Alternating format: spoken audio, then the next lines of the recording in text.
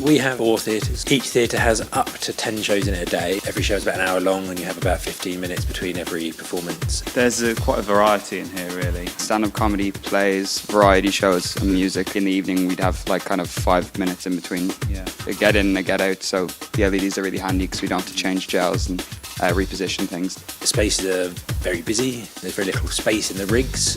We provide a standard rig for every space, which is usually warm and cold wash. Some profiles the companies can use for themselves and some backlight. The companies do as much as they can with the equipment that we've got, and so have to provide a rig that's very flexible. We have the flood units, which we're using in Studio 0. We have Fresnel units in Studio 1 and profile units both on top of the bar and in Studio 2. This venue is a found space in the basement of India Buildings, C Nova, with limited power and hanging points. The Selecon PL units have been brilliant.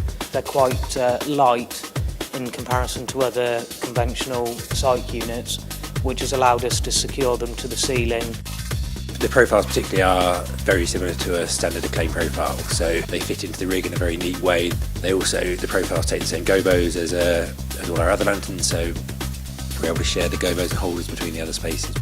The colour rendering has been brilliant because it allows you to create a very good atmosphere. It's really useful for the variety shows, which tend to change quite a lot during the one show, so it's really nice to be able to have a change of colour at fingertips. And we only find out on the night what we're doing, so it's easy that we can just do everything with these. These units particularly seem to offer a good choice between the saturated colours and the tints. Heat generation is a massive concern for us. We have very small spaces, they're not permanent theatres, so they don't have the air handling systems that a permanent theatre might have.